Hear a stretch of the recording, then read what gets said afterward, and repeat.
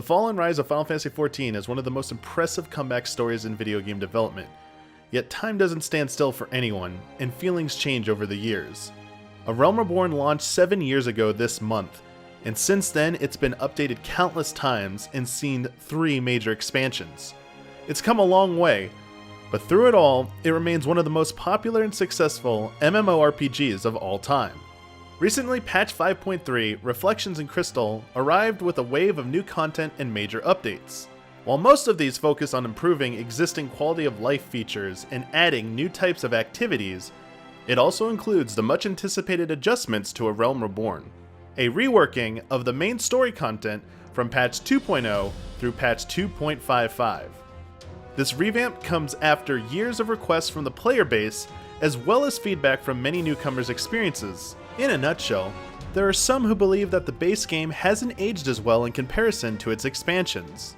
Additionally, ever since the launch of Heavensward back in June 2015, there's been a growing sentiment that it's too much to ask new players to have to play through all of A Realm Reborn and its patches before starting more recent expansions. Whether it's due to the tedious nature of replaying the older content or the noticeable difference in the quality of the storytelling, the origins of this debate trace back to Heavensward's launch. The calls from players to address the situation have only grown louder and more frequent with each new expansion. Square Enix and the Final Fantasy XIV development team, headed by producer and director Naoki Yoshida, have stuck to their guns on this debate. Though they eventually allowed players the option to pay an additional fee that allows a new character to skip ahead to the current expansion story and boost their job level, this solution brought new arguments to the forefront, and in general, it's seen as a band-aid rather than a cure. Recently, Yoshida revealed a solution that would address these concerns more directly: a reworking of A Realm Reborn's main story quests. This brings us to today. I wanted to take a fresh look at A Realm Reborn in 2020 to see how it holds up, but also share my impressions on what impact these new changes have on that experience. Shortly before the changes went into effect, I created a brand new character from scratch and played through all of the 2.0 scenario, not including the patches, as I was unaware that the changes would affect those. After the update, I played through the revamped 2.0 scenario with another character made from scratch, and then proceeded to play through patch 2.55. While I made use of items such as food and gear to boost the experience my character earned, I didn't take advantage of any free company experience buffs. I didn't play on any of the preferred servers with the Road to Level 70 buff, nor did I rely on outside assistance from players to get through content faster on either playthrough. So, how does A Realm Reborn hold up? I originally reviewed A Realm Reborn for game trailers back in 2013, where I sang its praises for the dramatic improvements it made over the original incarnation. It was such a great experience that I stuck with the game because I fell in love with its amazing world, gameplay,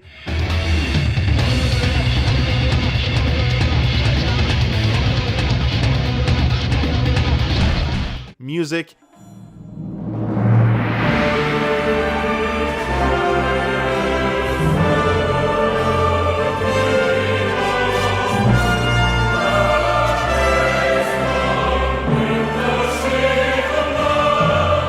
and the community. Over the past 7 years, Final Fantasy XIV has greatly benefited from continuous player feedback and frequent updates, which on occasion include revisions to the original A Realm Reborn content. To be frank, even prior to patch 5.3, playing through A Realm Reborn in 2020 is such a different experience, and it's much better than it was in 2013. It's so different, in fact, that it's hard to remember just how many of the quality of life improvements that I take for granted didn't exist back then.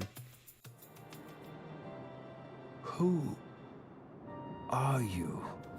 Despite years of steady improvements, A Realm Reborn is definitely the weakest of the 4 story arcs and campaigns. Obviously, everyone has their favorite, but if you ask the average player who's completed all 4 arcs, you're most likely to get a response like this. Shadowbringers and Heavensward are the 2 best. Stormblood is pretty good, but doesn't quite reach the levels of those other 2. And last is A Realm Reborn, which just hasn't aged as well as the others. The story itself isn't bad, it's just not as intriguing as the plots put forth in the other expansions. The tale of your rise to the ranks as a newly minted adventurer, learning about the realm of Eorzea with its various city-states and respective governing organizations is essential reading, but sadly, it doesn't hold as much luster as it once did. It's not really the fault of the premise either. A Realm Reborn's campaign mostly suffers from too much filler and inconsistent pacing for the bulk of the adventure. After a strong start that eases you into the new world and lets you learn the ropes, you go off on a massive quest to visit the rest of Eorzea. This eventually culminates with you joining the Scions of the Seventh Dawn and their quest to protect Eorzea from all major threats, including the almighty Garlean Empire, godly monsters known as Primals, and a menacing force working in the shadows known as the Ascians. With your special power to see the past and divine protection from the deity Hydaelyn, it feels like you're ready for anything after a showdown with the Primal Ifrit. The build up to this point is very good, but soon after is when the pacing falls apart. Your journey meanders as you go on all sorts of random jobs. Things eventually lead to something significant, but it simply takes way too long to reach the payoffs. I think the lowest point comes during a series of quests involving the Company of Heroes, a group of fighters you must seek out in order to find a way to confront Titan, the second primal threat. A series of ridiculous chores and fetch quests awaits, and they're eventually explained away as a test of your patience and endurance. Even though the writing tries to make it fun, it completely falls flat. You weave back and forth between interesting plot points and rather forgettable ones. You'll likely love the Ishgardian quest in Kurth's Central Highlands, where you investigate the source of a massive conspiracy and recover an airship needed to travel to fight the final primal Garuda. But as soon as you reach its conclusion, you're hit with a wave of boring fetch quests before you're actually allowed to proceed to the next main event. It's not that the existence of so many quests is necessarily the problem, it's that the stories driving some of them are just not that interesting compared to the rest of the narrative. Nothing of value would be lost if they were cut out, allowing the better portions of the story to shine brighter. So what impact did the changes have on the experience? Before patch 5.3 dropped, it took me roughly 36 hours to complete patch 2.0's main story quests. After replaying that same scenario in patch 5.3, my completion time clocked in at roughly 33 hours. So if you want the short and sweet of it, the cuts and adjustments save around 3 to 4 hours, though your mileage may vary depending on what resources you have access to, such as experience buffs or player assistance. These times also include watching all cutscenes. So if you aren't here for the story and skip over everything, you're going to shave off a lot more time. Just how did these changes save nearly 4 hours? Well, the developers started by rewarding each quest completion with a lot more experience than before.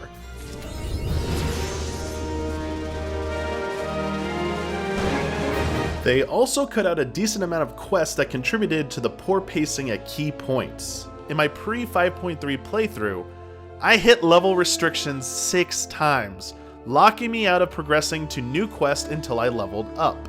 This happened once near the start, and 5 times near the end. In comparison, after patch 5.3, I only hit those restrictions 3 times. Once at the start, at the exact same point, but only twice near the end. In short, there's less need to grind out levels than before. Let me clarify one thing first. I largely avoided side quests and stuck with the main story and job-specific quests as they became available. On my pre-5.3 replay, I was usually anywhere from 4 to 5 levels above the level requirement for main story quest. Towards the end of the story, that gap closed very quickly to the point that I was suddenly underleveled for one of the major quests at level 41. I hit this restriction 4 more times during the story quest in the 40s, and at one point I was underleveled by 2 whole levels. As for my post 5.3 replay, I was anywhere from 9 to 10 levels above the main story quest for a majority of the time. I didn't hit any major hurdles until one of the last level 49 quests, and then the last one I encountered was during one of the final quests in the story. So the developers have succeeded in smoothing out the path to the end by boosting the experience earned with each quest, though it isn't perfect. This improvement is important for the final stretch of A Realm Reborn, since it is amazing in terms of the content and the story, as you lead the Eorzean forces against the might of the Garlean Empire and their awesome Ultima weapon.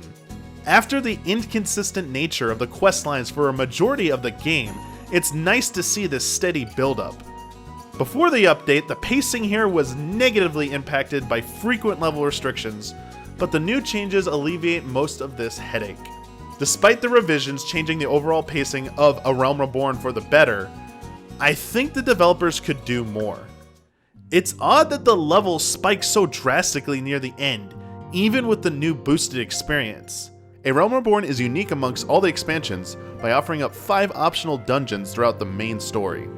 Requiring players to complete these would most likely solve the experience issue, and I'm honestly surprised they didn't go this direction, as it would encourage more players to dive into these optional dungeons right away.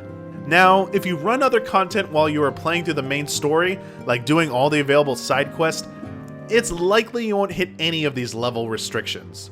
You will also avoid any level issues if you play on a preferred server with the Road to Level 70 experience buff, which will keep you well above the level requirements at all times.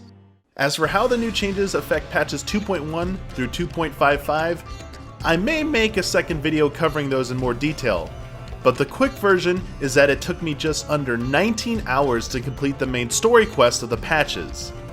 What I'm most confident about is the fact that I saved a good amount of time by utilizing a new feature added in patch 5.3, the ability to fly in A Realm Reborn zones once you finish the base story.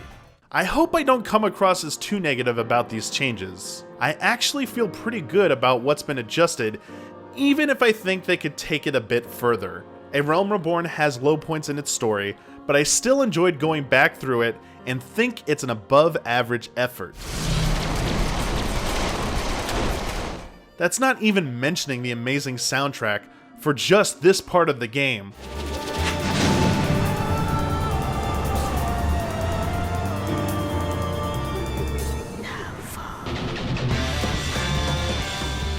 Or the incredible environments, which are some of my absolute favorites out of all the zones available. For the most part, it caters really well to those who want to play solo, yet it's just as meaningful if you want to play with others. It's important to note that the patch 5.3 changes aren't really an overhaul of A Realm Reborn. It's nothing on that scale, nor do these changes really affect the content of the story, as that's been left mostly intact. It's just a little trimming. A few quests have been taken out, experience gains have been boosted, gear rewards have been improved, and the number of objectives has been reduced for some of the more tedious quests, all to improve the overall pacing so that you get through A Realm Reborn faster than ever. I think the only other reasonable thing that could come to pass at some point would be the addition of trust. AI-controlled party members who join you in story dungeons so you can complete them by yourself that were just introduced in Shadowbringers. With the changes made to A Realm Reborn, the developers have made it even easier to catch up to the newest content.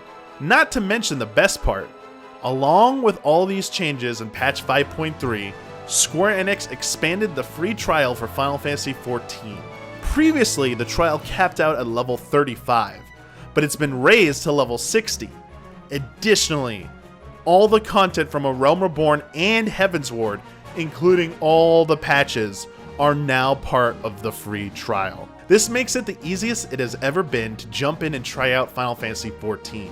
It's a fantastic game with something for everyone, and while the multiplayer isn't perfect, it boasts one of the more welcoming and helpful online communities I've come across.